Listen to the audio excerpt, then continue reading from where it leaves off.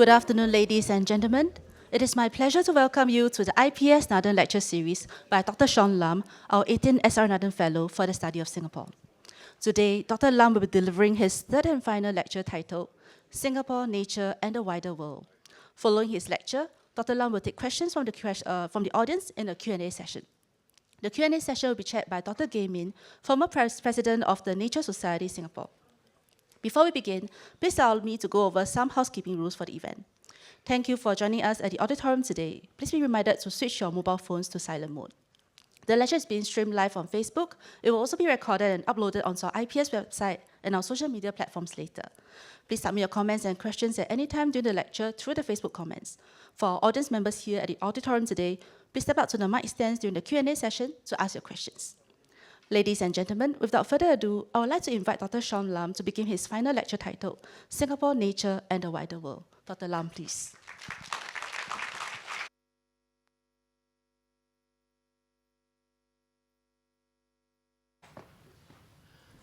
Good afternoon. Kai-Sing, thank you. Every time you do this, I get so comfortable. I'm really not kind of caught unawares. I'm not ready to come up quite yet, but welcome everyone to the third, and this is the last in this particular series, the 18th IPS-Nathan Lectures, which it's been I'll say more about this at the end, but it's been an amazing experience and such a privilege, and I have nothing but gratitude to Mr. Janadas, the director of IPS, and to all the staff who have really made this possible. To those in the nature community, I hope I don't embarrass you too much today. I've really tried, I really have tried, but this third lecture, I've entitled it Singapore, Nature and the Wider World. For the previous two, the first lecture was about kind of I suppose it would be mainly science, but the how to conserve nature in Singapore. That was the focus of lecture number one in so many words. Whereas the second one attempted to address the whys of nature conservation, and one of the main points I was trying to make was that I felt that nature, kind of arguing that nature as a force for social good, bringing communities together, giving people a sense of place, having something that could build bridges between communities across generations, across different faiths, played an, as I say, different faiths. I just noticed Father Glenn de Cruz and Father Colin in there. Thank you.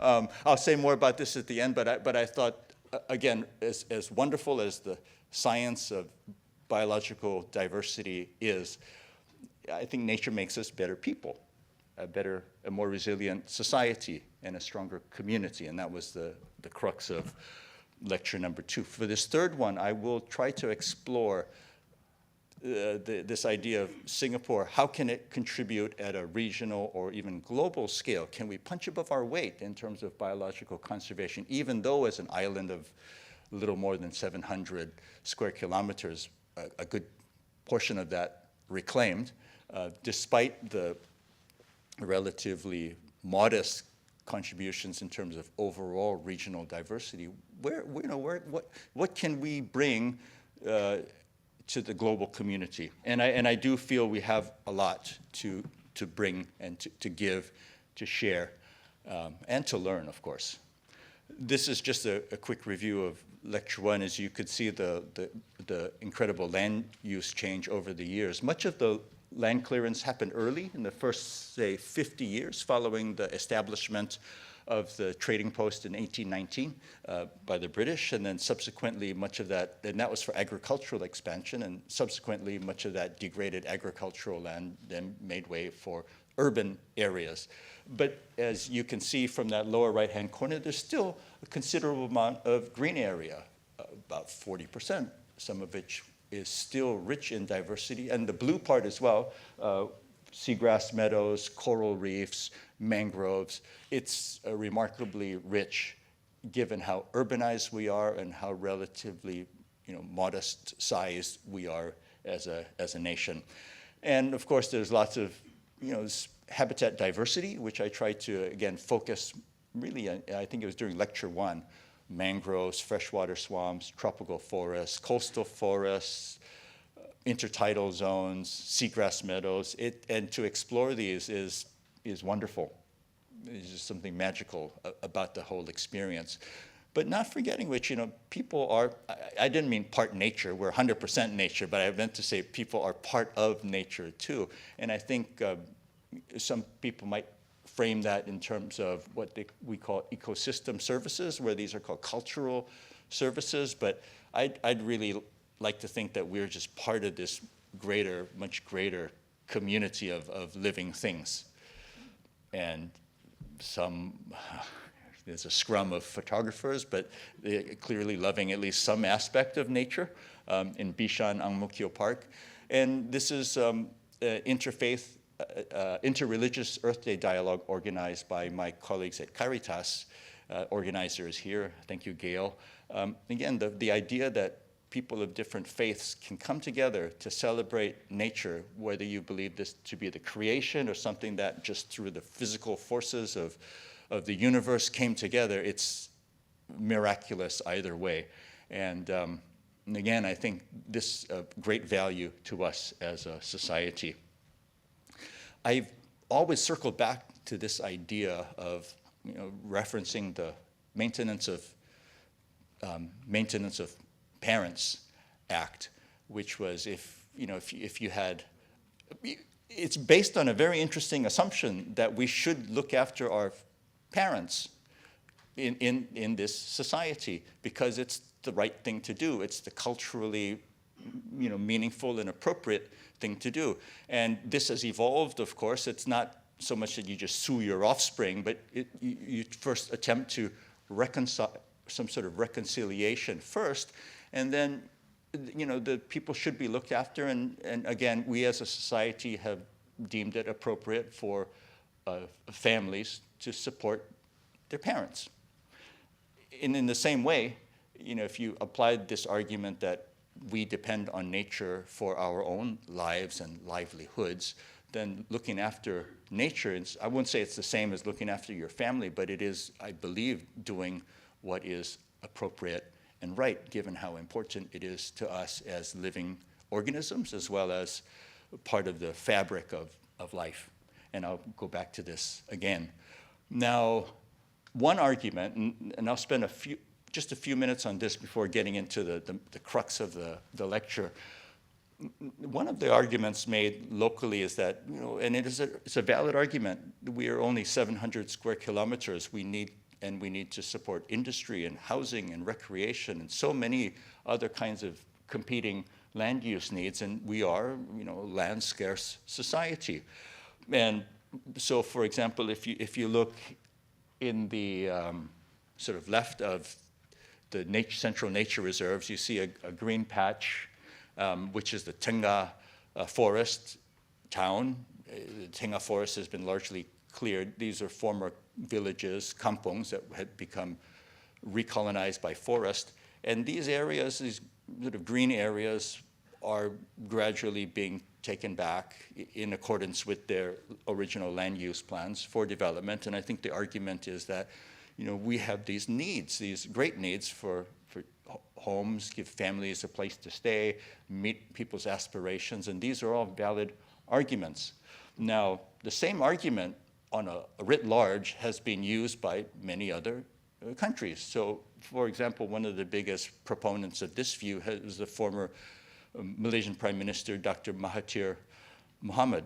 Now, he says, and I'd love to discuss this during the Q&A, but he often will say that, European and other countries deforested their landscape long ago, reaped the benefits of that development, subsequently maybe even went out into colonies and took the resources from there. And all the countries like Malaysia or Indonesia or Brazil doing today is to do what was done centuries ago by many of the now developed countries.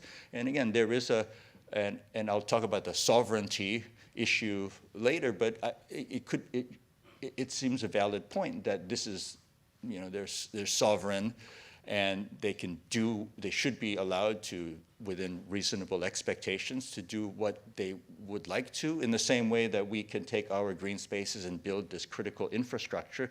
Can not other countries do the same with whether they be the Congo or the Amazon or the forests of central Borneo? But then comes the question, how does that work ecologically? Is it possible to just keep converting green spaces and mangroves and seagrasses and estuarine habitats for other uses, for reclamation, for development, ports, housing? And in terms of engineering, yes, it can be done, but what are the ecological implications of doing so? Are there what you could call ecological red lines beyond which then you have, say, ecosystem degradation, or in some cases, collapse? So I'll give you some examples, and I'm sorry for the messy screen grab, but this is a paper that made quite a big impact a few years ago. This is called, the critical transitions in the Amazon forest system. Now, in ecology, you often have this kind of very interesting dichotomy where you have two ecosystem types which can be extremely resilient and rather stable. So it can recover from some amount of disturbance. So a rainforest, for example, is a very stable and resilient habitat. So would be a grassland or savanna.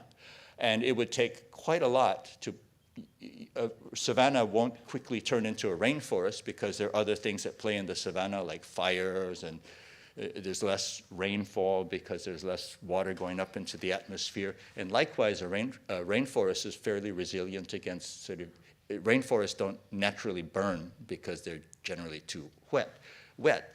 But now, under certain conditions, like a certain threshold of forest loss, which leads to less precipitation and lower thresholds of rain, it actually could be, and once fire comes in, then it becomes this inevitable transition from a rainforest to a grass and tree, savanna.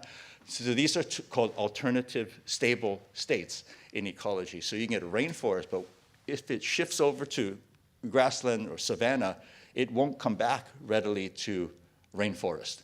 And so in that sense, there could be these so-called ecological red lines, clear enough of these major forests, like the Amazon, perhaps like potentially the Congo, and you will push those away from being a rainforest into a very different type of ecosystem. The same would work in marine ecosystems. So these are some of the critical thresholds that might push, according to this research, the Amazon into a savanna. So rainforests would have rainfall drop below 1,000 millimeters per year, warming of 2 degrees, more seasonality, longer dry seasons. Those together, or individually or acting together, could turn that whole Amazon into one big grassland. It's ecologically fascinating, but it would be devastating in terms of climate and obviously biodiversity. This is another paper that came out about 6-7 years ago. This is on the future of Southeast Asia's forests. So if you look at the scenarios 1, that's up at the top row, 1 and 2, and 3. So scenario 3 is called the worst case, or rocky road scenario. Scenario 1 would be the best case. So in the worst case, temperatures climb, people the deforestation is not reduced, and so what you would end up with is a tremendous loss of forest cover and huge amounts. So a teragram, that's a TG, it equals 1 million tons. So that's a lot of carbon that could potentially be released when these forests get degraded. And I think I've snipped a bit of the abstract here. And if you read, under the worst case scenario, forests would shrink by 5.2 million hectares. So my maths is really terrible, but 52,000 square kilometers. So that's many, many times the size of Singapore. That would be about 10 Tamanagaras worth of forest being lost. Whereas under the best case scenario, where deforestation is brought under control, we maybe can curb or limit climate change, then in fact there would be a gain of a significant amount of forest. So there are these potential trajectories, and which way we go will depend a lot on the action that we take now and going forward, and whether we move individually as countries or together as a community, which I hope to show later. Likewise, in the marine realm, if you look at A, that would be the current impacts, and I think the darker the color, the more worrisome or greater the impact to these ecosystems. And in 2050, so that's only 24 years from now, according to these projections, look at the impacts on our seas, where it doesn't look that promising under current management and climate scenarios. This was a very worrisome report that just came out last year. This is some work done on reefs in Australia. So this is what I mean by tipping points, when you shift the habitat towards something else. So the tipping point for coral reefs is, instead of getting a coral-dominated community, the coral die off, and they're in turn replaced by seaweeds. Now, I love seaweeds too. They're really interesting, but a seaweed-dominated community just will not support the same type and the same amount of diversity as a coral community would be. And evidence is coming out that we've become perilously close to the tipping point for some of these tropical coral systems now, and warming is expected to continue. So how do we confront that, either in terms of policy, research, other kinds of action? And I think, again, that's where I do believe Singapore can play quite an important role. So again, that's the first of these major ecological tipping points might have been passed last year.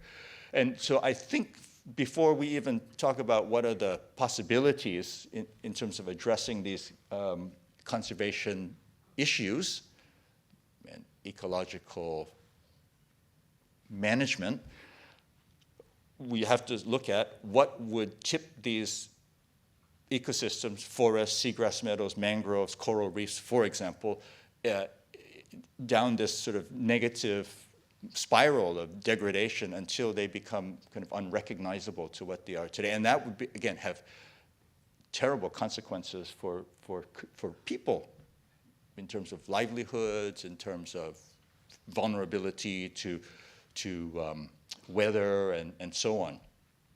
So again, starting from the point of view of let the science advise us on what these critical tipping points are and steer clear of them in whatever way we can, hopefully as a cooperative, collaborative community. I think that would be ideal. So just a few words then on some of the sectors I do believe, so I guess the point I'm going to try to make here is that I do believe Singapore has a huge role to play.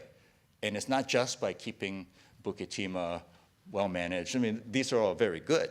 And it's not just about maintaining the central nature reserves and adding connectivity to the green patches. All the things that we talk about as a nature community, and there are many of you here, these are all very important. But I think we can't just look inward, but we really have to look outward.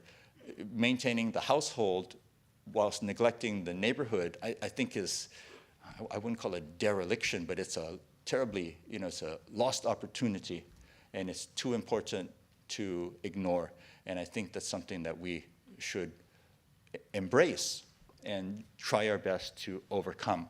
So in the science and technology, just a few examples, right? So these are some of the sectors: science and technology, education. I think we have a lot to do in banking and finance, and maybe more generally in the corporate sector.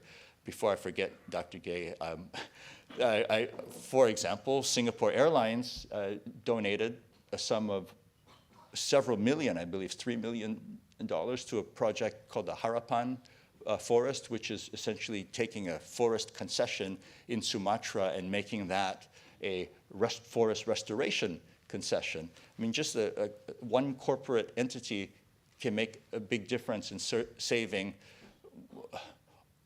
20% of all that was left of the original lowland rainforest of the great island of Sumatra.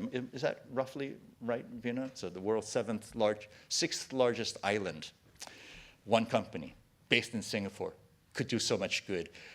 In terms of the urban planning expertise, there is right now, as we speak, a Center for World Cities Summit. So I'm very grateful that you came here instead of going to the World City Summit. But it's going on at the moment, and they are talking about some of these solutions, and many of these could be scaled and, again, make a huge difference in terms of sustainability, social equity, and ultimately kind of loop back to the conservation of green spaces because they're all linked.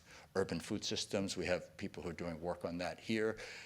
We have a great communication sector capable of really making huge impacts, already do. I mean, you can travel all over the world and you see CNA on your cable in the hotel. I mean, imagine, again, with that kind of reach, imagine the amount of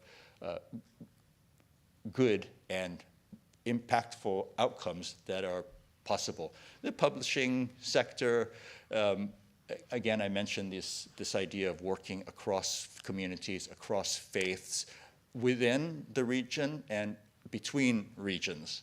The health sector, One Health, again, so many different, whether it's, here my engineering colleagues have a lot to say on these things like materials, renewables, how to use less, rely less on sort of raw material dug out of the earth.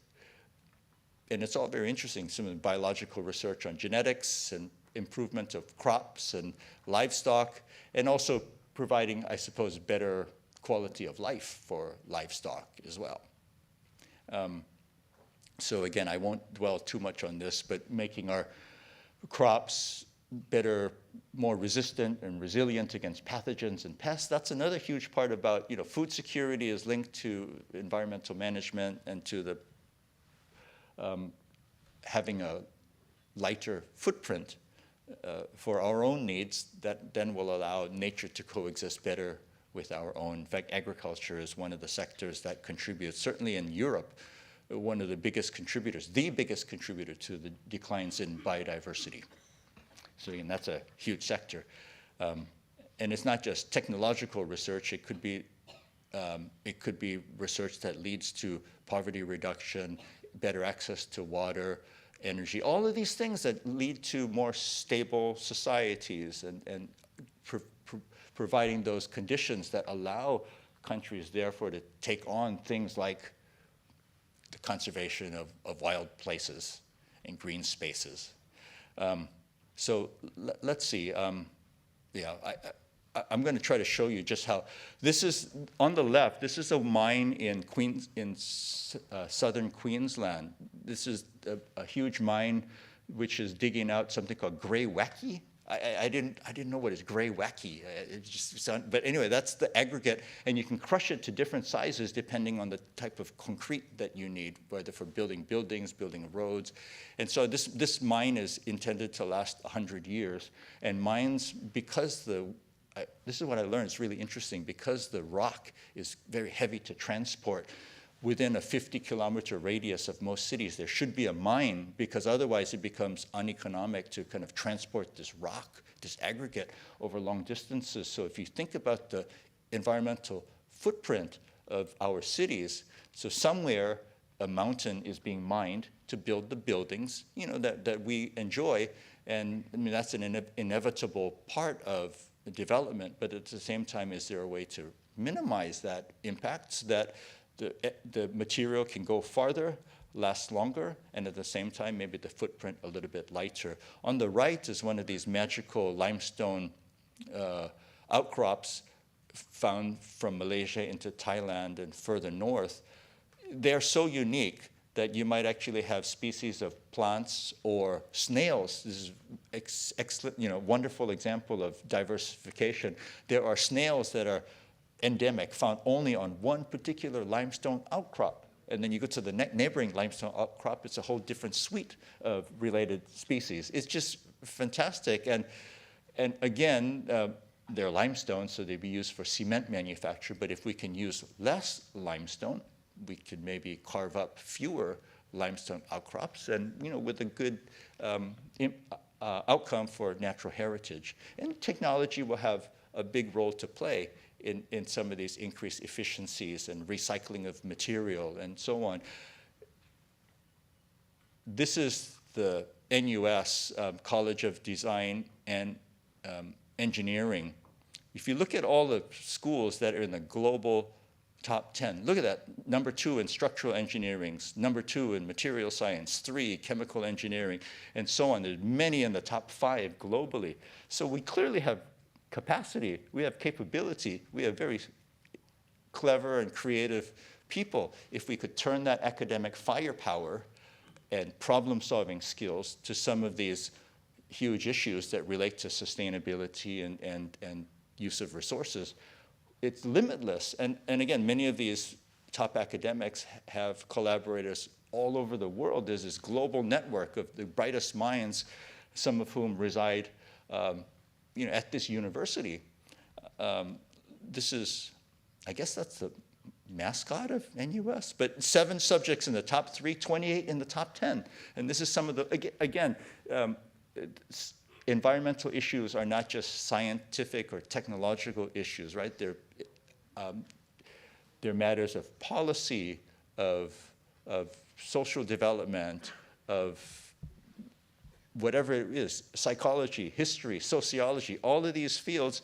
And it turns out that our universities do a very good job of what they do. Now, this is going to be also interesting too, though. I mean, we could unleash these academics, and I'm sure many of them do good and would like to do more good. But this also means perhaps, though, maybe some of the bar that most faculty have to clear is getting tenure, and in most cases, right, it would be the type of publications, the amount of grants one brings in, and so on. And I think that's all very important to make sure that you should make the grade, so to speak, as a scholar. And at least in my field of conservation biology, it is sometimes difficult to do the kind of mundane work of biodiversity-related research when the pressure is to publish in the top journals in the world. So somehow, some sort of sliding scale in terms of measuring maybe not just academic impact, but other kinds of impact, whether they be for conservation, sustainability, or some. Again, I won't say it's not my pay grade. I don't sit at that level, high enough a level to understand how these metrics work. Maybe Angela, I see you looking. Maybe you would know. You were a dean before. So this is okay. So this is my university. I would, if my bosses were watching and I only talked about other universities, probably wouldn't be so good. So if you look at the Nanyang Technological University, likewise, it's a good university. It's got many fields that are top 10 in global rankings, and certainly within Asia, that's in the brackets. You can see how many are in the top 5, top 10 Asia, and top 20, top 10, top 20, top 30 globally. Name any good university, and NUS and NTU are probably ranked above them. The point I'm trying to make is that we have talent, and that talent could go a long way in making a big difference in terms of sustainability, social development, policy, engineering, and so much more. Just as an example, here are 3 colleagues that I worked with.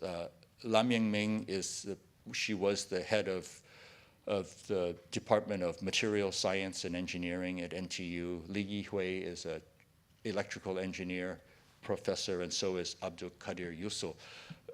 Yingming has done research on food security, developing materials that allow maybe reduced water usage and ensure ensure that plants remain healthy just through the novel use of materials. Li Yihui, maybe she'll be embarrassed. No, you won't be embarrassed. Her daughter's classmate was walking home with the family helper after school. And it just so happened that a rain tree snapped, and that 8-year-old classmate was crushed by the tree. It was a tragic case, but this made Yihui determined to use her skills to ensure that these kinds of accidents don't happen as often. And she wrote a grant successfully, was funded by NParks through a program called Cities of Tomorrow, and she used her expertise in ground-penetrating radar to be able to map these root systems underground and figured out a very interesting way how to distinguish a healthy root from a diseased root. And again, so when these guys can solve anything, it seems like, at least in my experience. Abdul Qadir likewise used a type of sensing, I think it was sonar, I probably got it all wrong, but to also to be able to distinguish a healthy trunk from a diseased trunk, and that would allow the management to have early intervention to prevent, to minimize, lower the risk of these accidents. So again, these engineers are capable of doing wonderful things, and they do want to do good, and I think we can, if we had more Lam Yang Mings and Li Yihuis and Abdul Qadir Yusuls, and I know there are many. I think society, not just locally, but regionally and globally, is much better off when we take these talents and address some of the major problems that face us in terms of sustainability, environmental management, resource use, nature conservation. Okay, here's a few others, academics making waves. Winston Chow, a former, he's a professor, chaired professor at the Singapore Management University, and he's the co-chair of one of the major working groups of what's called the IPCC, the Intergovernmental Panel on Climate Change. Melissa, did I get that right? Yeah, IPCC. So that's a big deal, and he's a Singaporean who's representing us on the biggest stage of climate change research and policy. And I'm proud to say, that he's our colleague, that, that he's one of us, but he's really kind of at the vanguard. My colleague Janice Lee, she's also playing a big part in the IPCC, lead author on one of these working group 2 subcommittees on climate adaptation and vulnerability. And another colleague, Perrine Hemmel, she works in a task force for what's called the IPBES. That's the Intergovernmental Panel on Biodiversity and Ecosystem Services. And again, that's a major policy arm of the United Nations. And again, to say that there are colleagues amongst us who are doing things at a very high impact level, I think just that alone would prove my argument that we are capable of making a much bigger impact, punching far above our weight in terms of addressing issues of climate change, sustainability, and biodiversity conservation. Just 3 months ago, an effort led by Professor Ko Lien Pin of the National University, together with NParks, established a new Marine Science Research Center of Excellence, funded, I think, $60 million of funding in these key areas: biodiversity and nature. You can see it, environment and climate, resilience of ecosystems, and how to use technology to get the best possible outcomes. Not only that, this is the first research center that actually builds in a collaborative component from overseas. And again, these are these wonderful initiatives that I think can make a huge impact, strengthen these communities, not just locally, but regionally. And again, I'm very proud to say that colleagues of ours here at our local universities are leading the way and doing very good things.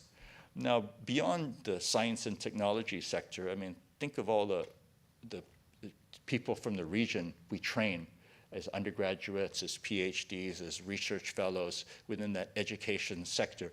Banking and finance, just through when the Singapore Exchange makes mandatory reporting on sustainability, that makes ripples throughout the region.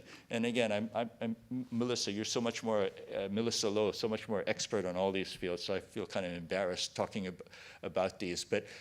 And not only at an institutional level, at an individual level too. Take, for example, the former CEO of the DBS group, Mr. Piyush Gupta. He turns out to be an avid bird watcher, and he's lent his connections and his stature he's lent that to the international conservation community. He served, for example, as an advisor, I think co-chaired this advisory group to the CEO of an international NGO called BirdLife International.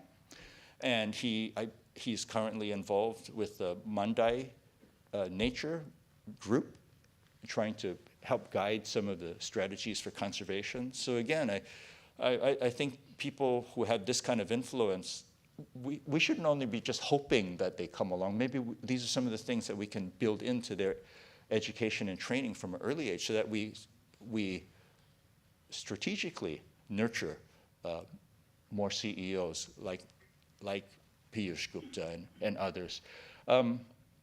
This is some of the research that I pulled up from NTU. So many. There's a future-ready food safety hub. The one that you might get a chuckle from is the Singapore CEA at the left-hand, second from the bottom, Alliance for Research in Circular Economy, scarce. Okay, and then NURI. NUS would have a similar number of research units that are dedicated to sustainability. By their very nature, they're international. And again, I think that shows how we locally can have a big impact regionally.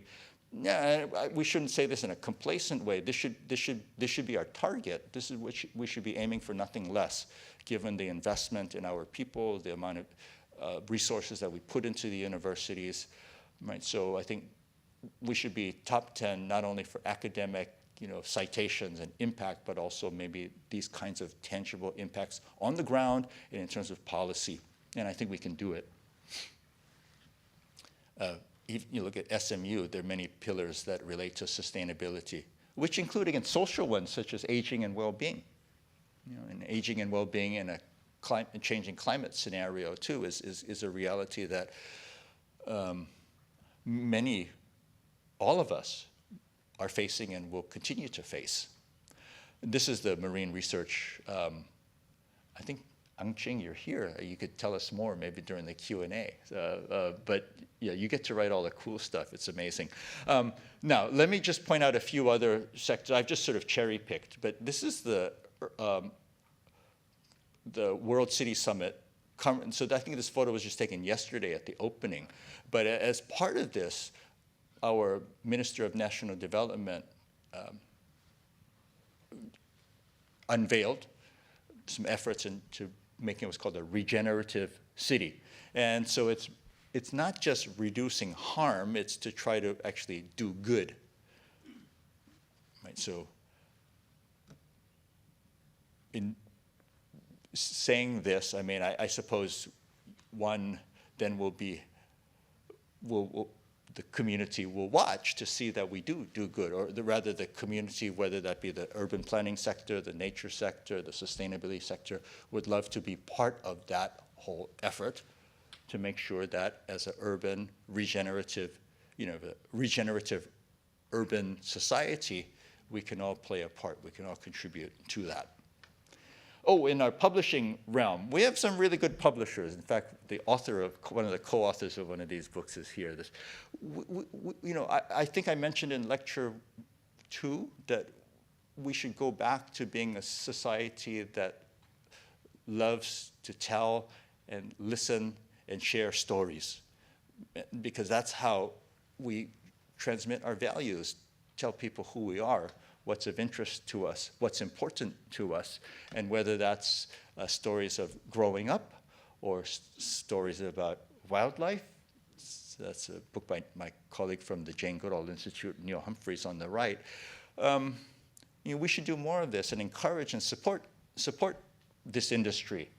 Again, it can have a very far and lasting impact, well beyond our shores. I understand that the book on the left, House Palmer Road, about growing up in that area, which is along Shenton Way today. There was a Mount Palmer, which is no more there, but there was a hill. This has fans overseas. Schools in other countries read these books. And so again, if we can publish things about, there might be themes on nature, about sustainability, about people working across communities and cultures and borders to secure a better outcome for our shared living world, who knows the impact that could be made. Did you know that we are the largest spenders for tourism in Asia? On average, over $3,000 per trip, and we may go on 2 or more trips. And in fact, 80% of Singaporeans go overseas. Now, this could be you cross the causeway into Johor Bahru, that's counted too, right? But there are many people. I mean, try to get a flight to Tokyo around this time of year, June holidays, and good luck. But and here's another one. We're the 3rd largest spenders worldwide on overseas travel. And so if you look at the top 3, that's Australia, South Korea, Singapore, those 3, there's a gap between 1, 2, 3, and then number 4. So far and away, we spend a lot of money per capita. And then, of course, this is probably uneven. Not everybody is spending this type of money. But even if you think that 80% are going overseas, and let's say even 20%, 1/4 of that are going to far-flung destinations, spending more than $3,000. What can we do with that? So here's an example. This is Bunaken. This is a very famous dive site in Sulawesi, near Manado. It's an ecologically and culturally sustainable operation, which is run by the community, for the community. This is one of several really well-run ecotourism schemes. And if I just show you, it's interesting though, it's so well run, but you can't read, it says they're eco-credentials, but it's in the same color as the background. But it's not inexpensive, right? So 1 night, 600 euros, 2 nights. So it's not inexpensive, but it's not beyond the reach of many people in Singapore. And in doing so, in going to places like this, look at, I mean, it looks really nice too. Not just the marine life, but it seems quite a comfortable place. But this is really tiny, but this resort provides free water to the community. It provides, it helps the local primary school. It provides scholarships for young people who want to go to university. They leave big pieces of their property as natural as possible, meaning like as in rainforest. They support other NGOs. And so again, these are all about doing good. And by visiting these places, and it's really within our capacity to do so, look at all the social and environmental good that we're capable just by spending the money in our hard-earned tourism dollars in an environmentally or socially friendly way. Here's another example. So this is a helmeted hornbill. Amazing, has a solid casque. So it's only one of the hornbills that has so it has what's called hornbill ivory. That thing on the top of the beak is solid. So it's been hunted for centuries for hornbill ivory. But with the banning of elephant ivory, the hunting of this bird escalated. So it became, within a 5-year period, it went from being kind of near threatened to critically endangered. But there are people like Dr. Pillai Punswad from Mahidol University who came up with a scheme to take poachers and turn them into guardians of these hornbills. Now, if we were to support these places through bird watching, visits, and so on, it just kind of reinforces the idea that some of these birds are more valuable, this wildlife is more valuable alive than when they're turned into hornbill ivory. So that's one example. Here's another one, the Burung Indonesia, a part of the BirdLife International Network. In another part of Sulawesi, a place called Gorontalo, they actually employ or have local communities producing chocolate at the cacao plantations at the margin of these critically important areas of KBAs, key biodiversity areas. So what do you do with all that chocolate? You need to process it. And some of it actually came to Singapore, a company called Fossa. They made a chocolate called Burung. And I can say I took this to a meeting, and I gave a sample to a colleague from Belgium. a Belgian, no less, said this is a very delicious chocolate. So it must be, this is, again, it did good for conservation, it supported the community, and it produced a popular product. So I think everybody all around was a winner. Likewise, I think this is in Flores, where instead of cacao, they cultivate candle nut, buah keras, for export. Here's another one, this rice growing scheme. This is called Crane Rice. This is done by a sister NGO called Nature Life Cambodia. They grow rice, this strain of rice organically. I think some of my colleagues, I think Albert and Ningsin, you have taken people to visit this place. And by visiting these areas, it provides a supplemental income to the farmers. Buying the rice, we also provide income for the farmers, and it just becomes this virtual cycle, caring for the environment, supporting a local community, doing good for nature, sometimes critically threatened and increasingly rare nature. Again, this is all within our capacity.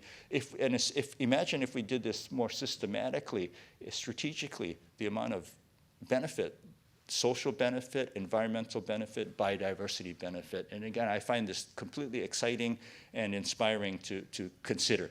There are a few other sectors. We are one of the top logistic hubs for shipping, for transport. We can make these greener. We can use the volume of people, maybe expose them to we already have a butterfly garden and a cactus garden, so that's a start, but we can probably do more to reach out to these millions of people who come through our ports. Just as an example, we have international NGOs. I think the former chair of WWF Singapore, Mr. Joseph Koh, you're here, manager of BirdLife, director of BirdLife International Singapore office. Vina Dharmaraj is here, Conservation International. I knew this person who's now the director of what's called the Blue Carbon Institute at Conservation International when she was a junior college student. And just by encouraging these young people and giving them the confidence to go out there and do good things, she's today a very important in the conservation community, one of our own, doing great things.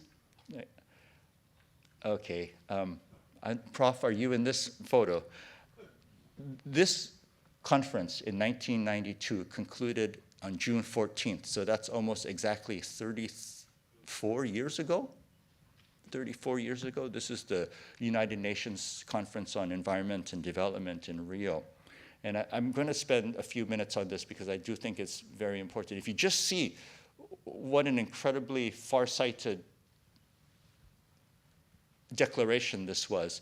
So so many good things came out of the Rio Earth Summit, UN's Conference on Environment and Development, Prof. Koh, including Agenda 21, Declaration on Forest Management, I think anti-desertification, so many things. The founding of the Convention on Biodiversity, just out of one conference. So, and this looks like it was this is not Arial. I mean, what's that font called? Courier? No, this is, I think, the typewriter. This looks like typewritten.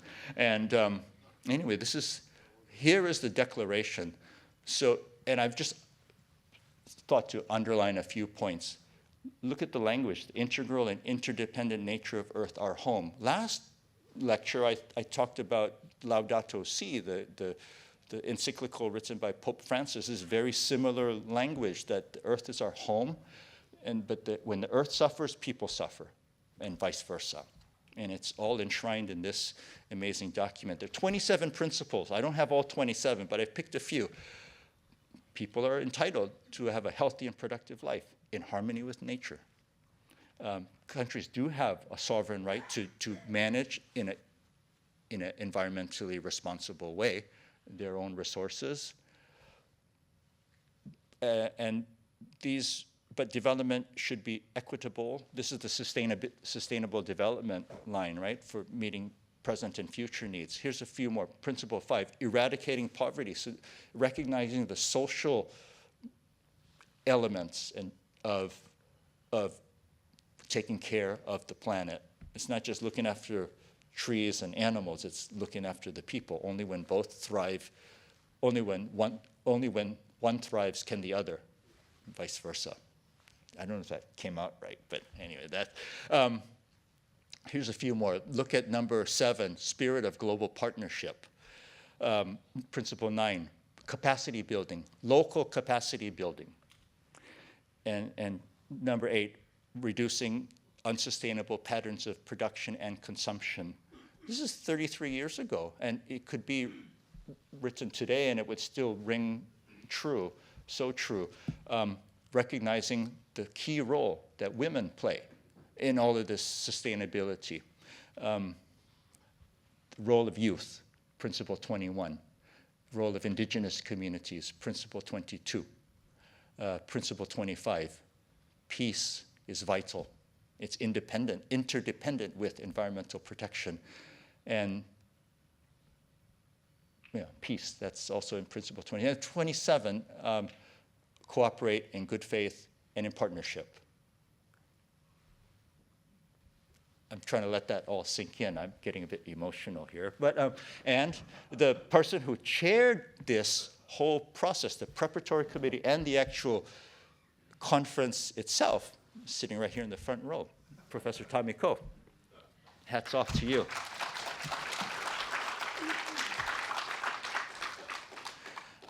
No less, I mean, impressive on a different scale, but no less impactful is a recently concluded treaty. This is so that's the long title, Agreement on Marine Biological Diversity of Areas Beyond National Jurisdiction. The short form is the BBNJ agreement. This is basically the first agreement that actually looks at conservation in international waters, basically in areas that are beyond the national jurisdiction, the exclusive economic zones. In the past, this would have been a kind of a no man's land that could be that was exploited. But this agreement, which came into effect just 6 months ago, will be potentially game-changing for marine biodiversity and conservation. And again, Rena Lee, a Singaporean diplomat, brokered this. And so I think just in this field alone, I mean, if you look at some of the efforts of our other diplomats too, Mr. Ko, you were proud member of the diplomatic corps, have done so much. I think, again, this is an area I think we have and continue to make a big impact. I worry about the future, with the kids just kind of in their get them out of the phones and get them talking to people so that we can have good supply of diplomats well into the future. I think that would be really good. But again, something that Singapore has become my home. I'm just so proud of what all these people have done for humanity. Okay, so there are some regional platforms and projects, and so I just go through very quickly a few examples. So ASEAN, of course, would be the platform. It's a very different beast from, say, the European Union, where there are rules and regulations that member countries need to adhere to. So I don't think it's possible to directly take sort of the ecological management or restoration directives at the EU level, and they're not readily or easily or directly transferable to ASEAN, but at least they give us a model for what's possible.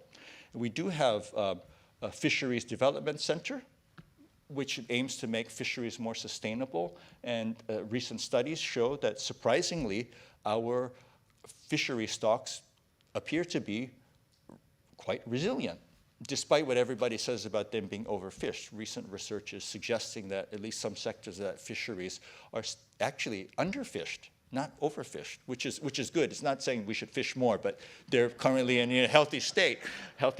And here's some of the vision and mission of the CFDAC, Southeast, the fisheries development community. Okay. This is the ASEAN Center for Biodiversity. It does many good things, I do believe, and I'm not an expert on this policy level of conservation, but it at least gives us a platform to start doing more things, to cooperate, to identify common targets. And I think, again, going back to sort of addressing some of those conservation red lines or tipping points, I think if we really, those are the tough questions, and it will be difficult to solve, but solve them we must, or face some not very good consequences. So that's the ASEAN Center for Biodiversity. Okay, just a couple more minutes. The areas, especially species that move across borders, migratory birds, marine turtles, dugongs, I think these are things that provide a natural platform for cooperative work, study, citizen science, all NGO collaboration. We have mangroves, seagrasses, corals. Again, these move around through marine waters. Another excellent platform for cooperation. We can restore habitats. Again, strategically across borders, the rainforests of Southeast Asia, of the Sunda region, if you just think about it, it's shared between East Malaysia, West Malaysia, Brunei, Kalimantan. It's on Sumatra, in Bali, it's in Singapore. We should be working as a Sunda region, ideally saving the genetic resources and the habitats and the species in a holistic, coordinated way, as the ecology would demand it. Okay? And I think we can do it. Do we know each other's national tree or national bird? Like what is, for example, the national flower of Brunei, or the national bird of Malaysia, or the national tree of the Philippines? These would be fun things. Maybe, trivia quizzes could be devoted to some of these things. We can have tree planting days. Appoint Siva as a global, ambassador for tree planting across ASEAN for a start. I mean, these are things that we can build bridges, bring us together, unite us in a sense of common purpose. And I don't mean this facetiously. I do think we really need to address some of these things. Okay, so these are just some other collaborative programs that if time permits in the Q&A, I might address some of these. We do have existing research and NGO networks. I belong to several already. Just Nature Society is part of the BirdLife International community, which is a global partnership.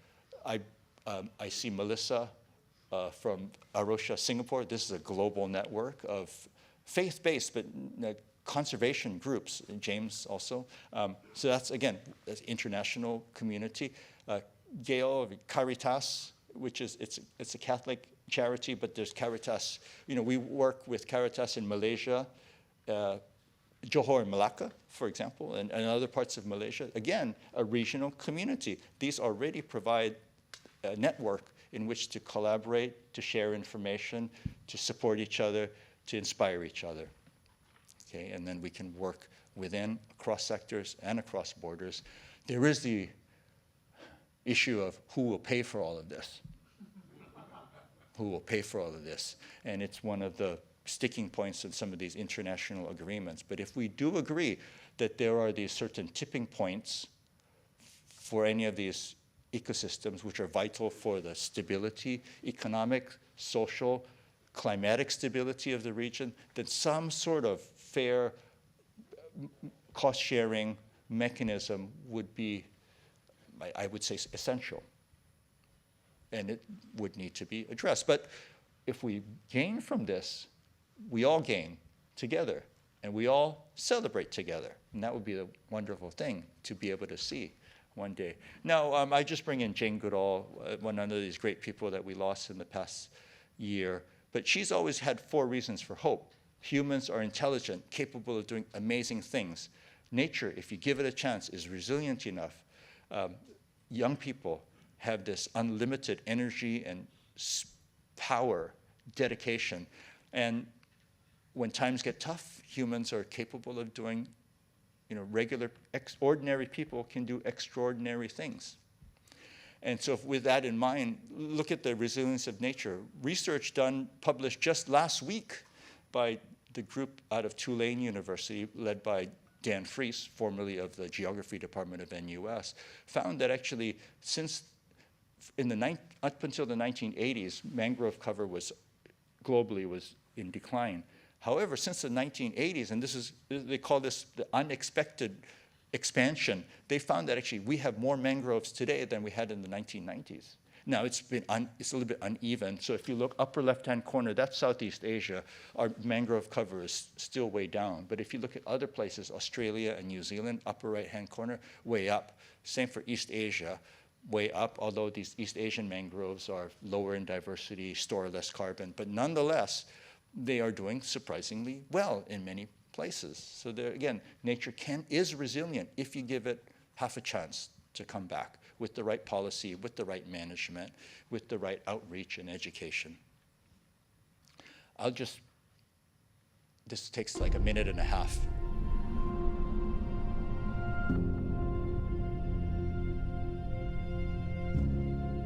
This week was World Oceans Day.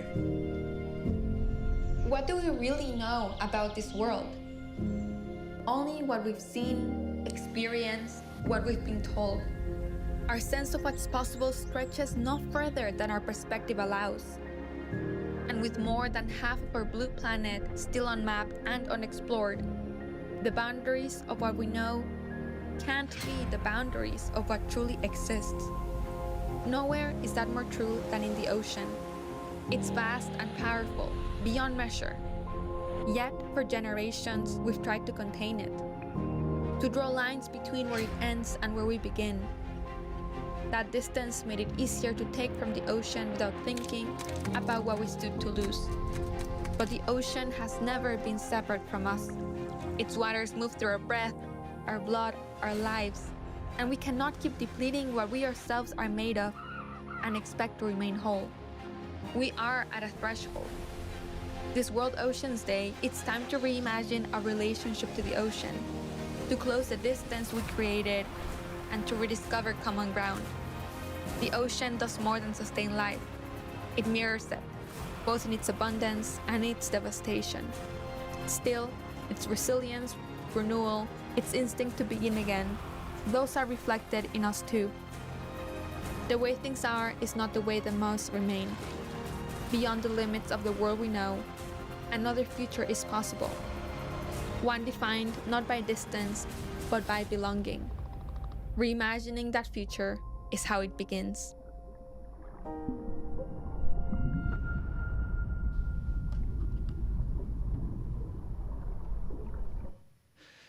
June 8th was World Oceans Day. And the theme for World Oceans Day 2026 was Reimagine. So again, we don't need to be confined with this. Our image of nature shouldn't be this sort of depleted entity that we experience in these urban areas, especially for children. They shouldn't be just allowed to live in these blighted urban environments. Expand our experience, expand those horizons, believe in something greater that's possible if we kind of work together to achieve it. Doing right for nature is just like doing right by your family, because both are vital for our well-being. And I think to go back to that Oceans Day material, many of you would find that quite inspiring. Just kind of a last thing, I grew up in Honolulu, so I'll make these Hawaiian references often. But there's this interesting concept of what's called kuleana. So if you kind of literally roughly translate it, kuleana just means responsibility. That's how we use it, to be a substitute for responsibility. But actually in the tradition, it's more than responsibility, it's a kind of a stewardship. So kuleana means as a steward, we have to look after, say, the environment. But at the same time, there's a reasonable expectation that that which we take care of will also give back to us. So it's this reciprocal relationship. It's not just we take ecosystem benefits, we actually protect and in the end derive the benefits. So again, this idea that we're responsible for each other, I think is a nice concept. This is the State of Hawaii motto, which is the state motto, which means the life of the land perpetuated in righteousness. But again, that word, P-O-N-O, pono, means, again, doing what is right. And I think that's the kind, so ultimately, we have science and technology, education, all these sectors, communication, diplomacy, that's all good. And they're important, and they need to be looked after. But I think I wheel back to a point that I made in lecture 2, which is unless we develop a relationship and we make that relationship grow, then I think it'd be very difficult to look after the environment if we're just measuring in terms of how many dollars per ton of carbon. I mean, those mechanisms are absolutely necessary. But fundamentally, I think there needs to be a lot more that underlies all of that. Right? And one of the things is, nature is quite magical. These were slides that I didn't, look at the paradise tree snake. This will take only 20 seconds. Okay, ready? Here it goes. It's a flying snake, actually. Sometimes it'll plop in front of you when you're walking. This is the archer. Look at this archerfish. It seems almost comical, but it's magic, really. Spits water to shoot down its prey. A swift doesn't land except to nest. It eats, mates, drinks, feeds while flying. Only puts its feet on the surface of something when it nests. This bird, the longest nonstop flight, 13,000 kilometers without stopping. That's incredible to think that we share this planet with such wondrous creatures. This Arctic tern flies from North Pole to South Pole, 50,000 kilometers. And then you have these other kinds of magic like synchronous flashing fireflies. If you haven't seen these, you must. Then you can say you've really experienced nature, whatever you want to call it, nature, the creation, in all its glory. Mass spawning of corals, the fruit fall of these trees called dipterocarps is just incredible. All in front of us. We just need to go out and make acquaintance with it, get to know it, develop a relationship with it. I just want to acknowledge in the last 2 minutes some of the people who have played a big role in nature conservation, whose impacts are still felt, whether Prof. Pian Avadani, ambassador for Nature Society, both in Malaysia and in Singapore, Prof. Wee Chin, a pioneering nature conservationist and public educator, a classmate of Prof. Tommy Koh at secondary school. This is the legendary Prof. Sarat Kotagama, almost a kind of forest mystic who's again impacted so many people beyond the region. The godfather of all coral reef research in Singapore, Professor Chow Lok Ming, and he has a penchant for flowery shirts also. So which makes that's bonus. My mentor gave me the first chance to work on this campus in 1993. Professor Leo Tan hired me to teach at NI Institute of Education, which was at that time at the Bukit Timah campus. His protege, Peter, which is the Peter? The right one is the real Peter. The center is the cutout Peter, but curmudgeonly, but only at the surface. The sweetest, nicest mentor one could ever hope for. Dr. Ho Hua Chu, pioneering, brave conservationist, and of course Dr. Gay Min, who you will see in a couple of minutes. Mr. Janadas, there you are. I thank you for having listened to your board and taken a chance on me. I hope I've been able to fulfill some of the expectations of a Nathan fellow. I've tried. Even now I see all the other 18 predecessors, and I've had the imposter syndrome. But again, thank you for giving me this chance. Kai-Sin and Charmaine, I'm happy to say, you've been wonderful to work with, but I'm happy to say after this lecture, you don't have to deal with me. I've been a lot of trouble, pain, and you've been so kind and patient all along. I mean, just the most wonderful people to work with, and all your colleagues at the Institute for Policy Studies. I can't thank you enough. I just wanted to say that there are a few giants of conservation who passed away in the past few months. Kirtida Makani, who was the founder, first director of the Singapore Environment Council, and its predecessor, the National Council on the Environment, who pioneered so many things, including community-based tree planting efforts, passed away far too young, far too suddenly. And these are the words that Rhett Butler of Monga Bay wrote about her. She understood that sustainability is a practice, and you live it. And I'm grateful. Cheryl Chia, with all due respect to Minister of State Alvin Tan, who I took this from his Facebook page, I cut him out of the photo. Not that I wanted to cut him out, but I just wanted to focus on Cheryl. But those are his comments. She was somebody who, in a very quiet and understated way, was a glue that bound this whole conservation community together. And to think that suddenly you have Mrs. McCartney or Cheryl, and they're just gone, all that expertise and the love that they had. So, you know, it's our duty to kind of follow and kind of continue that legacy. My own family, it's amazing when people take you out to experience the wonders of nature, what that can do for you. I believe, Prof. Tamiko, you were a scout, and those experiences in some way acquainted you with the natural world. That's my dad on the right. Yeah, I showed these. I hope, I'm not directly feeding. You don't see me. The food is behind my back, I think. I hope that in Singapore, feeding pigeons is not a retrospective and extraterritorial crime. Otherwise, I'm in trouble. But I do love pigeons, I must say. And again, having a family that tolerate you keeping bugs and crickets and cicadas and fish and eels and crabs, everything. What can you say? What can you say? And a sister who put up with nonsense like me sticking a beetle on her. And it's been a hard couple of months, but thanks to my colleagues and my friends for your support. Again, the best we can do is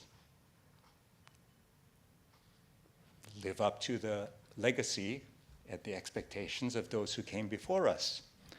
I just want to summarize very quickly this reimagined world. We need to be guided by science, but the solutions cannot be determined solely by science. They need to be holistic. They need to take into account legal, social, economic, cultural aspects integrated with the science, informed by science, but also informing the science. But the solutions, I believe, can only begin not with the technical stuff, but having that relationship with the natural world, without which, where will we have the empathy and the commitment and the resilience and the perseverance to deal with something that clearly is going to be a difficult and challenging slog. And the policies, again, need to be synergistic and sympathetic, both to the natural world and to each other. I think there was a last point, which was, I think, cut out, but it said, don't forget, above all, don't forget the magic of the natural world. That can give us the fuel, the energy, the inspiration to continue to do this. I count on every one of you here to fight the good fight, and hopefully we all emerge out of this victorious, collectively together, and with this international family of which we are part. Thank you very much for all your help and support.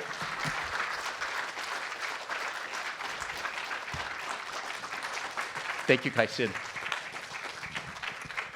Thank you, Dr. Lam. For those watching the lecture on Facebook, please submit your comments and questions through the Facebook comment box. For our audience members here, please step up to the mic stand to ask your questions. May I now invite Dr. Gay Min, former president of the Nature Society Singapore, to start the Q&A session. Dr. Gay Min, please. Is it on? Yes. Well, thank you, Shawn. You've taken us on a very exhilarating journey around the world, not in 80 days, but in 80 minutes. And it's been wonderful. I'm sure there are plenty of questions, so I will not exercise my prerogative to ask the first one. I'll give everyone some time to catch their breath. I know we are all great travelers, but this has been a fantastic journey. I just want to say, Shawn, you have been described in your CV by IPS as a scientist, a academic and a leader of civil society. And you are all these simultaneously. And you have spoken in your capacity as all these. But I think it's quite clear to all of us here, and there are many of us who share this, you are above all an ardent nature lover. And you have spoken, everything you have said. I like what you said about the magic of nature. That really underwrites what you have said. And, well, many nature lovers nowadays feel rather despairing at the state of biodiversity, the state of the environment. We are very lucky to have someone like you who's not only an ardent nature lover, but an optimist. We're also very lucky to have Professor Tommy Ko. He describes himself as a pragmatic idealist. I think both you and Tommy, Professor Ko, are pragmatic idealists. So thank you. You not only provoke thought, arouse our curiosity, but above all, I think you inspire us, especially the younger ones, to action. Thank you. So shall we have some questions?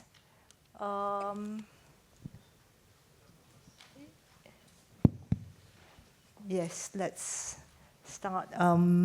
Please introduce yourselves. And the practice is to have 2 or 3 questions before we invite Dr. Lam to answer. So Thank you. Thank you so much for your wonderful and insightful lecture 1, 2, and 3. My name is Patrick Lai, and I have 2 quick questions.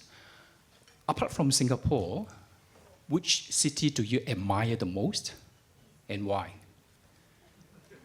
And second question is, what would it take for Singapore to achieve net zero emission before 2050? Thank you so much. Hello, hi. Thank you, Shawn, for the great question, the great talk, and the previous 2 as well.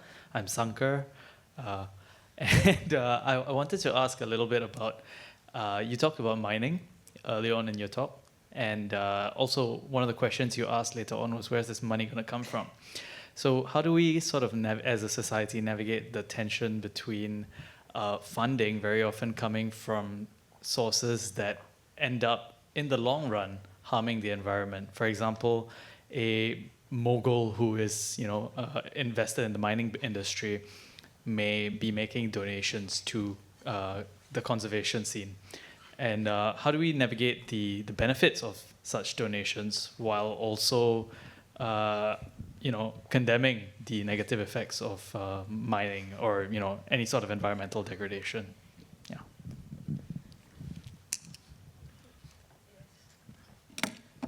yes, one more question. Oh. And I think we'll give Shawn time to answer before we move on. Yes? Thank you so much, and thank you, Dr. Lam, for the talk. My question is regarding all the parts on science and technology. So there's this concept called Jevons paradox, which is that with every increase in efficiency, it seems that we actually consume more. So is there any underlying thing that needs to be changed instead of just focusing on optimizing efficiency and advancements in science and technology? Thank you.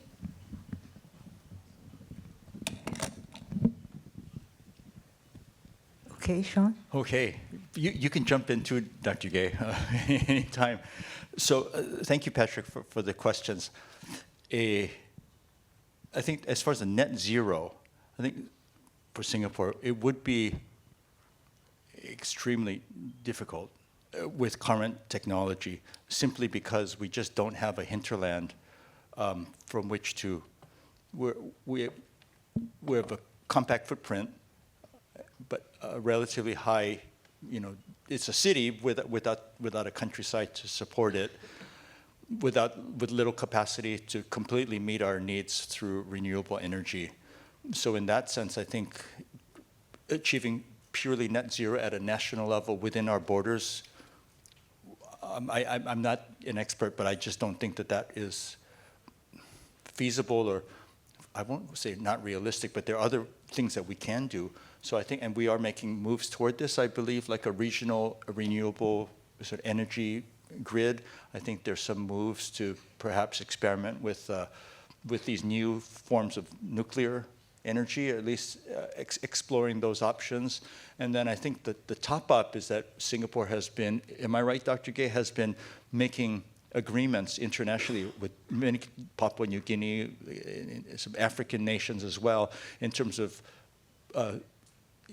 the carbon credits through the conservation of green spaces. And that's a difficult, I think I talked about that on lecture 2, sort of verification of that is challenging, but I think Singapore is doing everything to increase its energy efficiency, reduce its electricity usage, and then the rest of it can be through responsible carbon credit investment. And I think that's probably a good model for other cities to follow.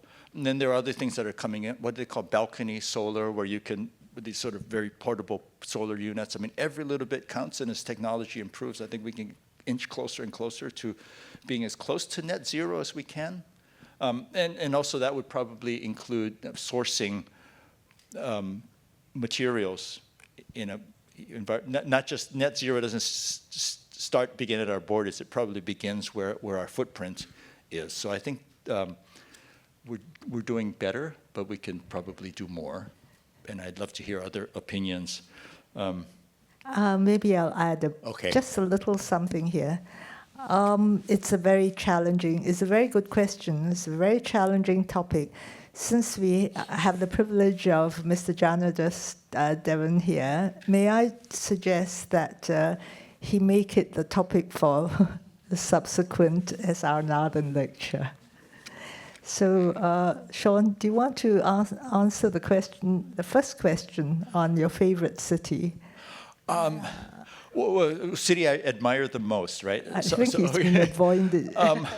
I've never been, but I understand there are some cities out there with very efficient public transport, very good energy use, very green. Like, how do you pronounce it in Brazil?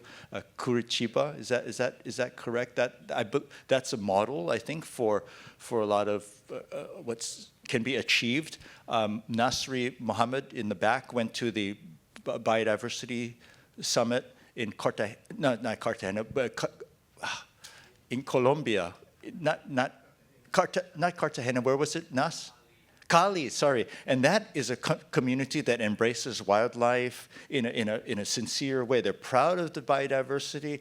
So again, they kind of live that. At a much smaller scale, I'm told the town of Bukok in Johor have really turned to ecotourism, cycling. They've got all kinds, because it's the gateway to Endau Rampen National Park. So I think a city that really lives out its values in a really tangible way is something that I admire and I would aspire to. And of course, there are many cities. I tried not to say Honolulu because then I'd be biased. Okay, Sankar, your point about, this idea of, I wouldn't say it's kind of greenwashing, but there are companies like extractives that are wealthy and fund many of these kinds of conservation initiatives. I mean, if you think about even locally, we had the Science Center Nature Guide, pocket nature guides, which for generations inspired many of us to love nature. It was funded by BP, right, a petrochemical.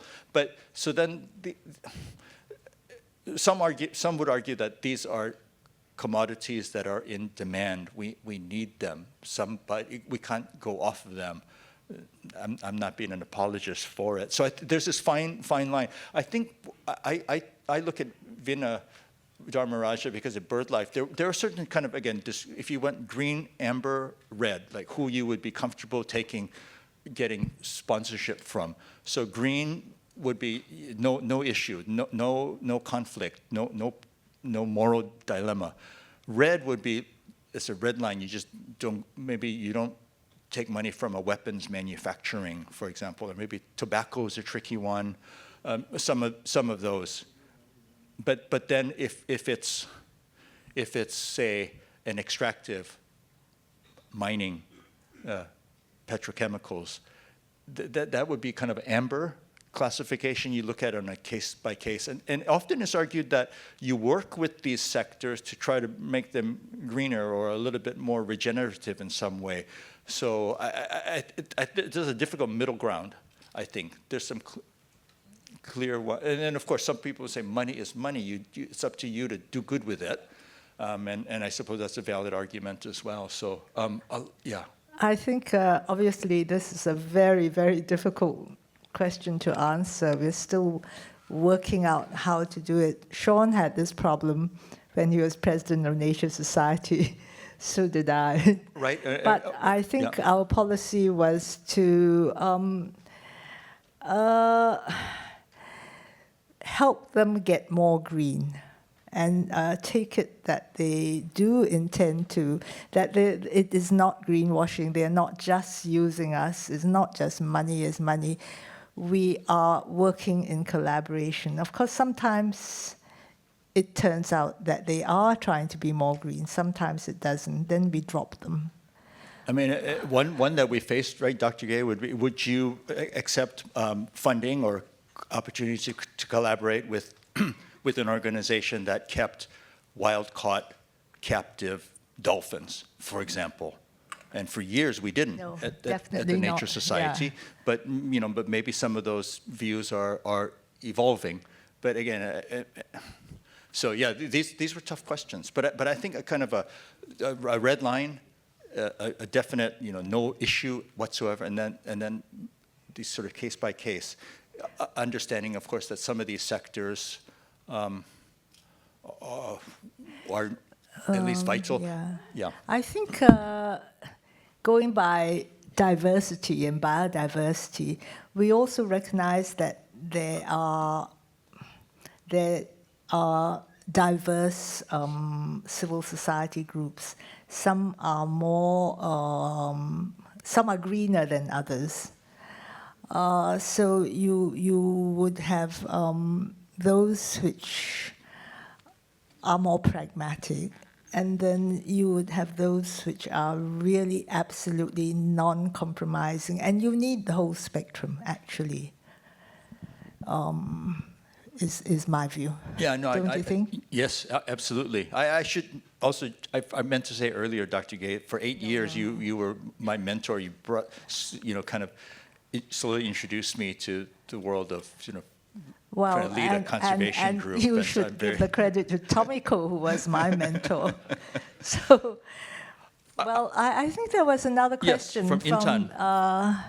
So Intan had a question about efficiencies. Yeah. So I won't directly answer, not that I don't want to, but I just wanted to say I read this very interesting op-ed piece by a New York Times journalist, Ezra Klein, just the other day, talking about we being the victims of kind of efficiency.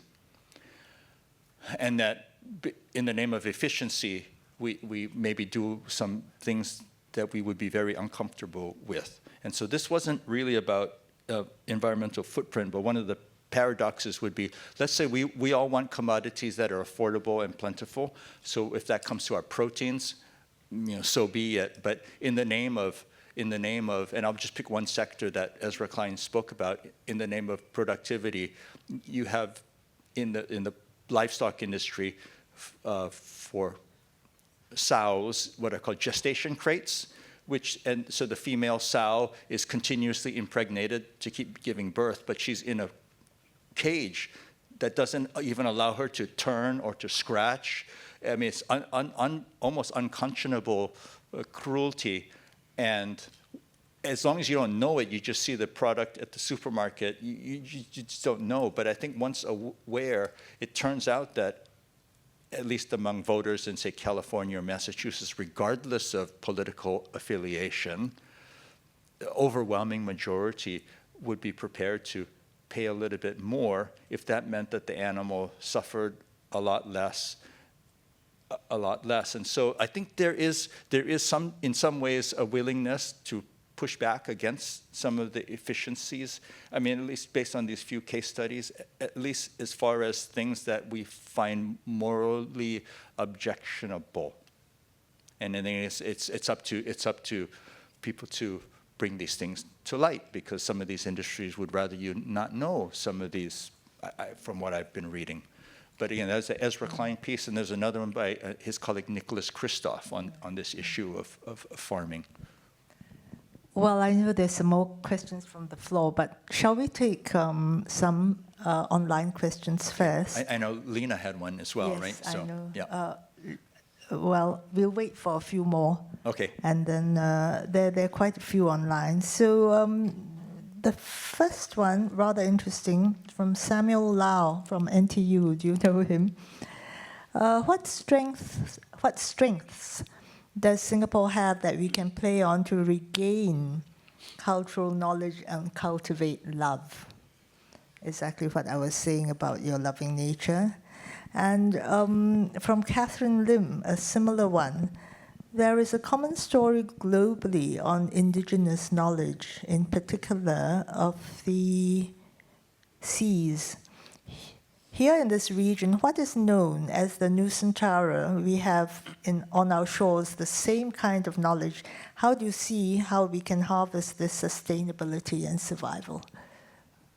Okay, so that second question, I tried to allude to it in the previous lecture, which is that if there are some certain kinds of knowledge that we have lost, it is possible to regain it, or to learn it from, say, other cultures. If we had a seafaring community in the past which had certain values that might have included respect for the seas or sustainable use of marine resources, there's nothing to prevent us from reaching out, and if they're no to whatever remains of the community or related communities in the region, we can and I think should. Indigenous knowledge, I think there's this, and as Singaporeans travel as well, you probably come into contact with First Nations people, whether they be Australia, the Maori of New Zealand, or in North America, and you see these values and see those lifestyles, and there's nothing to prevent us. Again, how to translate this into an urban context, I think, would be really fascinating. But again, it's something that I believe we should aspire to. And how do you give people, children who don't have a chance to grow up in a kampung like my generation did, to at least experience something, climbing a tree, catching an insect, hearing birdsong in the morning, watching crabs run around the sandy shore. We can provide these experiences, and I think it should be a priority. I think I've even mentioned watching seeds grow. That's, which we don't do that often. I think a lot more enrichment classes in Singapore should be held outdoors instead of indoors. There's a question. Lena, do you want to ask your question?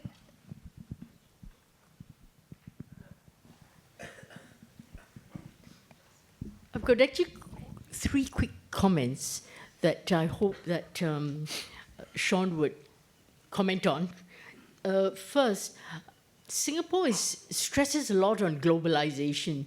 In fact, in today's papers, Minister Ong Ye Kung mentioned about how important globalization is and why, and the history of it. Similarly with nature, that nature can do and Singapore can contribute. How come we're not playing a role, like pandemics, and we have so many things that related to nature that's global, like the larger marine environment, everything, migratory birds, in even cities. We're a model for cities, and yet we've never played a really major role in pushing it. Why? So the second thing is, we have actually made some contributions, but maybe that's not really highlighted. And one is that NParks has done a lot of work on helping out with CITES. For example, finding ways to genetically find out where the pangolin's skin comes from. elephant tusk. And then the role we played in cities, encouraging cities to monitor and measure their index, Singapore Index on Cities Biodiversity. You would have a lot of examples of good cities. So the second one is we have actually made some inroads into the international contribution. And the third is, I think we need more success stories. And for example, instead of always talking about the red data book, we want some green success stories, species that were thought extinct but are improving in the numbers, straw-headed bulbul, and quite a few other species. So how can we do more to push these success stories, because positive stories, success stories, lead on to more positive actions and thinking. Thank you. Thank you, Lena. If there are no more questions from the floor, there are two online which are, I think, quite well aligned with your question, Lena. So shall I just Sure. read them out to you, Shawn? There's one from Ang Ching, affiliated to the Straits Times, who says, in Singapore over the years, we've seen a number of change.org petitions to save green spaces, not just from the nature community, but from the young and older. So there seems to be a lot of potential.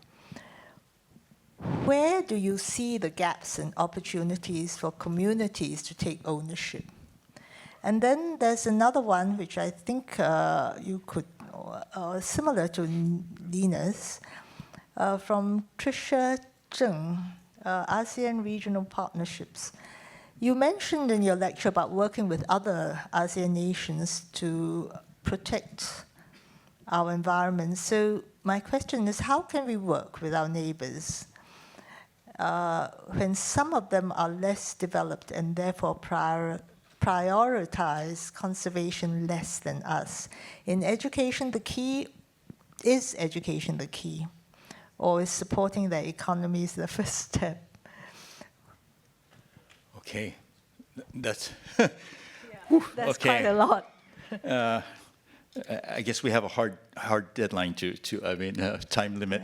So thank you for those questions. Maybe I'll just start with the last one and move my way up. I think in terms of working with ASEAN nations, and again, who bears the cost of much of this, I really think that, if you, again, looking at the Rio Declaration and the Sustainable Development Goals and everything, it all comes as a package.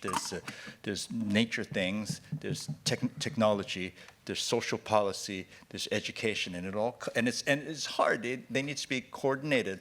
But many of the things we can do to help cities is, how do we get adequate water resources, sanitation, power grids, make cities efficient.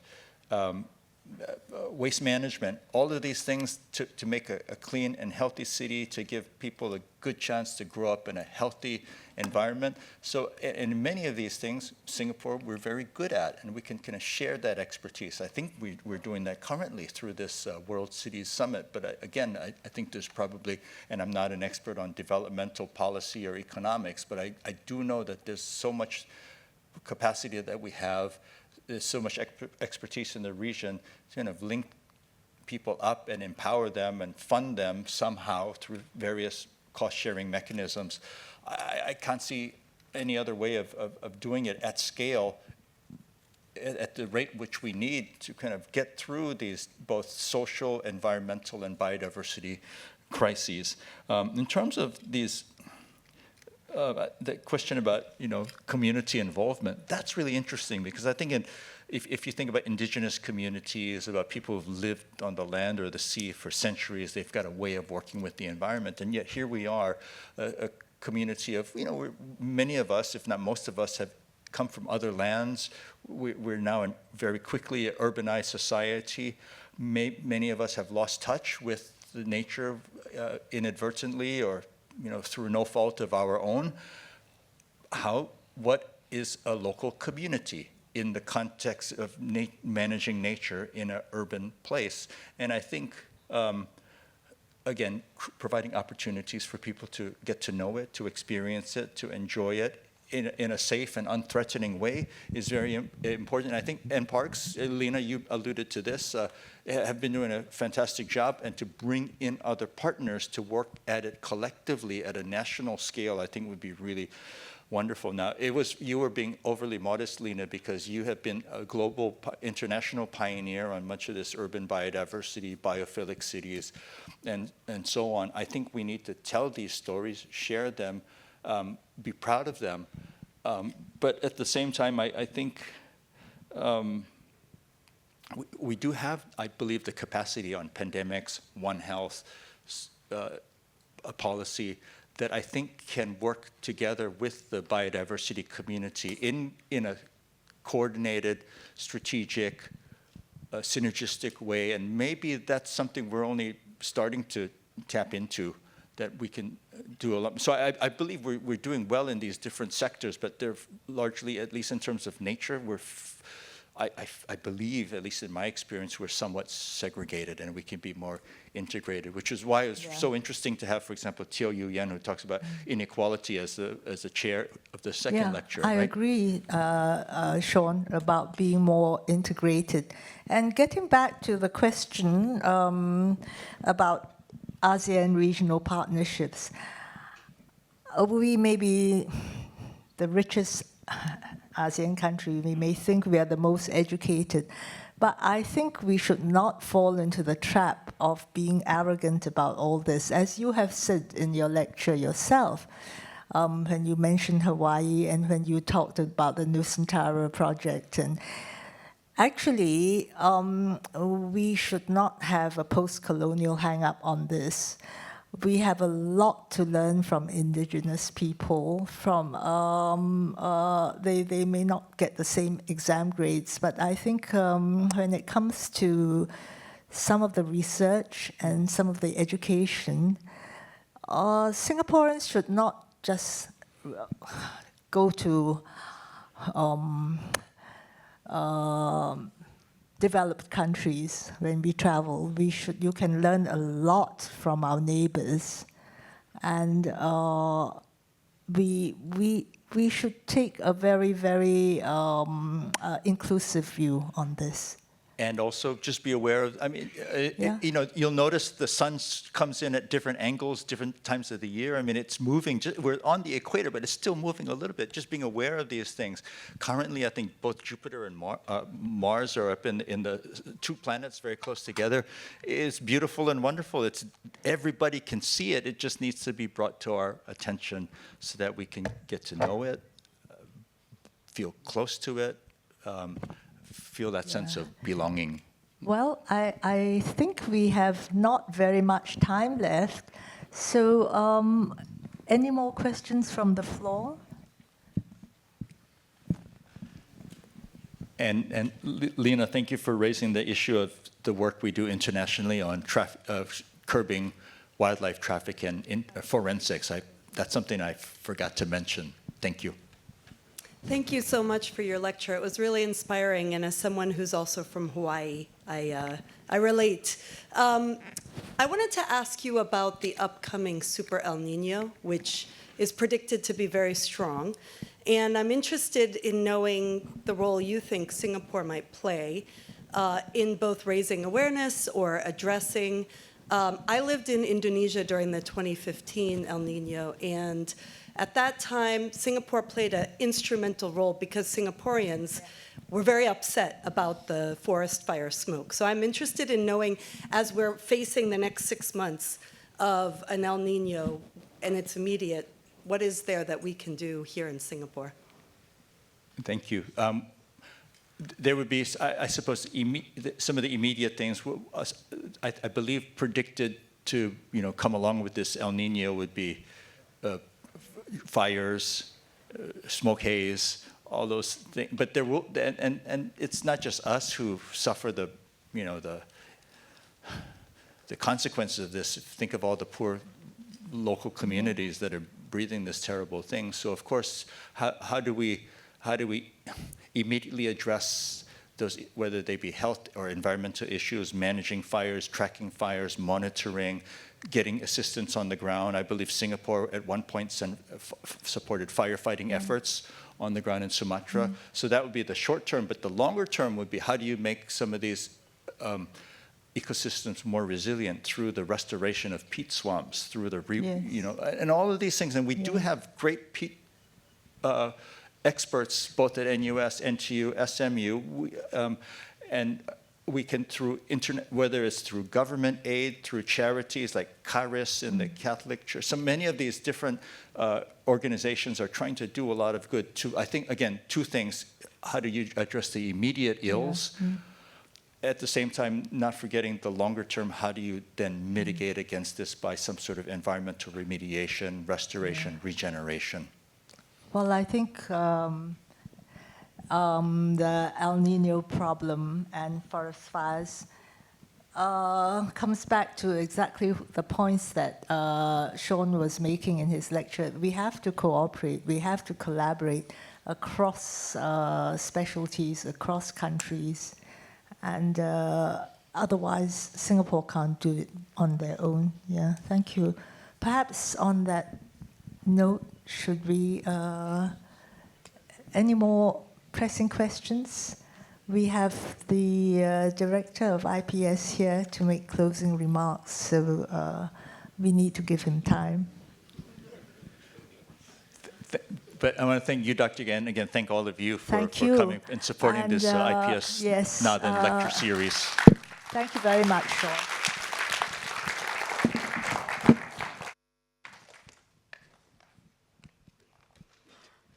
Thank you, Dr. Lam and Dr. Gay.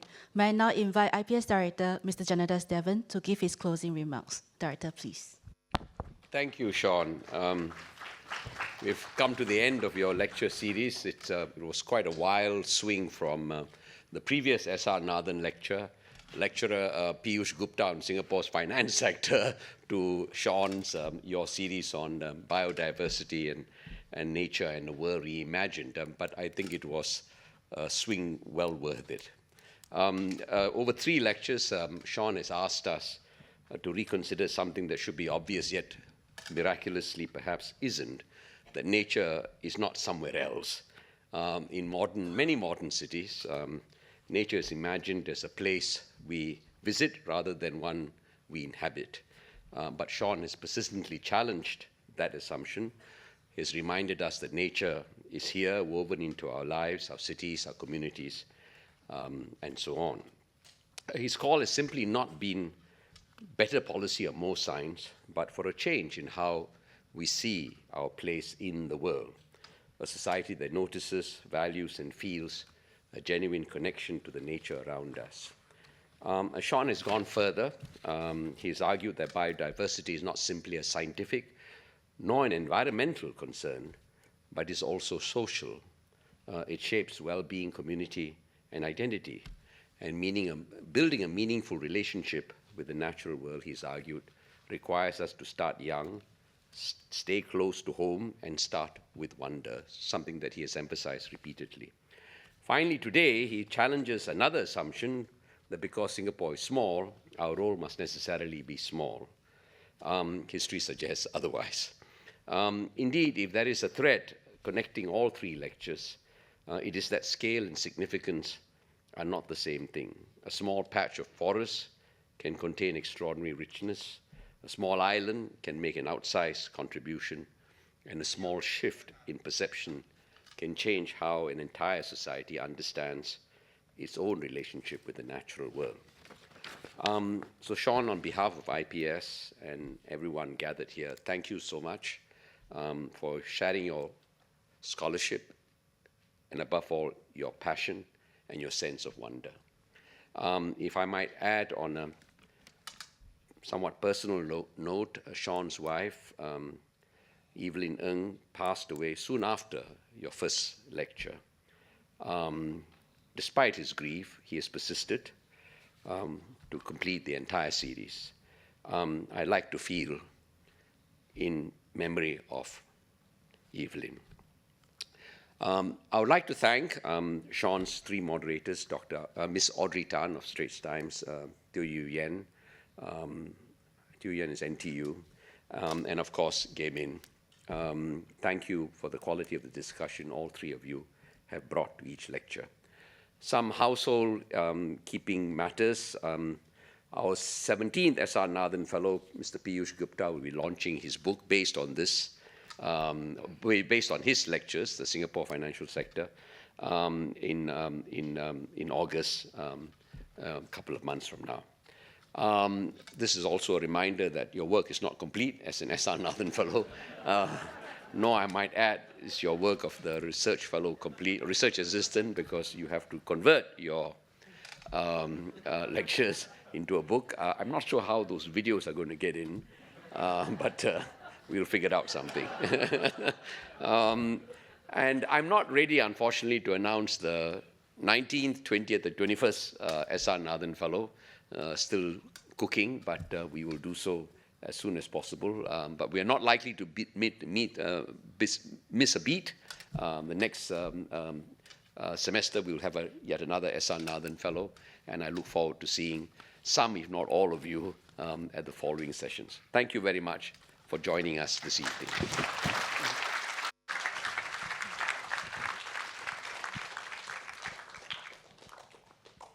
We've come to the end of today's lecture. We would like to hear your views on the event. Please click our link on the Facebook feed or scan the QR code on the screen to submit your feedback. Thank you all for attending today's lecture. Have a good evening ahead.